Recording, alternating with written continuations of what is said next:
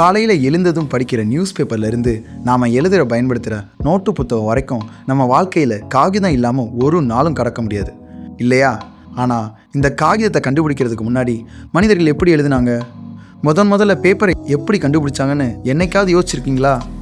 வாங்க, இன்றைக்கி நாம் காகிதத்தோட சுவாரஸ்யமான வரலாற்றை ரொம்ப சுலபமாக பார்க்க போகிறோம். பேப்பர் கண்டுபிடிக்கிறதுக்கு முன்னாடி மனிதர்கள் எழுதாமலாம் இல்லை, எல்லாருமே எழுதிக்கிட்டு தான் இருந்தாங்க. எகிப்து மக்கள் பாப்ரஸ் அப்படின்ற ஒரு வகை புல் தாவரத்தோட தண்டுகளை வச்சு எழுதினாங்க. ஒருவேளை இந்த பாப்ரஸ்ன்ற வார்த்தையிலேருந்து தான் பேப்பருங்கிற வார்த்தை வந்துச்சோ? ஓகே, நம்ம ஊரில் அதே டைமில் என்ன பண்ணாங்க? நம்ம ஊரில் பனை ஓலைகளில் எழுத்தாணி வச்சு எழுதினாங்க. இன்னும் சிலர் மிருகங்களோட தோள்கள், களிமண் பலகைகள், பாறைகள், மரப்பட்டைகள்னு கிடைச்ச இடத்துல எல்லாமே எழுதி வச்சாங்க. ஆனால் இது எல்லாமே ரொம்ப எடை கூடுதலாக இருந்துச்சு, தூக்கிட்டு போகிறதுக்கு ரொம்ப கஷ்டமாக இருந்துச்சு, அப்புறம் ரொம்ப காலத்துக்கு பாதுகாக்கவும் முடியல. இப்போ தான் நம்ம கதையோட ஹீரோ என்ட்ரி.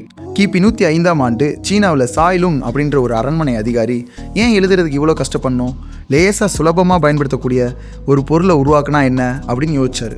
அவர் என்ன பண்ணார் தெரியுமா? சாய்லுங் தன்னை சுற்றி இருந்த சில சாதாரண பொருட்களை எடுத்தார்.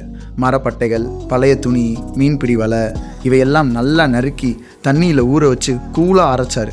அந்த கூலை ஒரு வலை மாதிரி இருக்கிற சல்லடையில் ஊற்றி தண்ணியெல்லாம் வடிய விட்டு நிழலில் காய வச்சார். காஞ்சு வந்ததும் பார்த்தா அடடே, மெல்லிசா எழுதுறதுக்கு ரொம்ப வசதியான ஒரு தாள் தயாராகிருச்சு. இதுதான் உலகத்தோட முதல் காகிதம். சீனா இந்த ரகசியத்தை ரொம்ப வருஷத்துக்கு வெளியவே சொல்லலை, ரகசியமாக வச்சுருந்தாங்க. ஆனால் கிபி 751 சமர்கண்டுங்கிற இடத்துல நடந்த போருக்கு அப்புறம் அரேபியர்கள் சீனர்கள்ட்ட இருந்து இந்த காகிதம் செய்கிற நுட்பத்தை கற்றுக்கிட்டாங்க.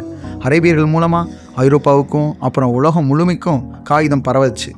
15ஆம் நூற்றாண்டில் அச்சு இயந்திரம் கண்டுபிடிக்கப்பட்டதும் காகிதத்தோட தேவை பல மடங்கு அதிகமாச்சு. யோசிச்சு பாருங்களேன், ஒரு சாதாரண அரண்மனை அதிகாரி செஞ்ச பரிசோதனை தான் இன்றைக்கி மனித குலத்தோட அறிவையும் வரலாற்றையும் பாதுகாக்கிற மிகப்பெரிய கருவியாக மாறி இருக்கு.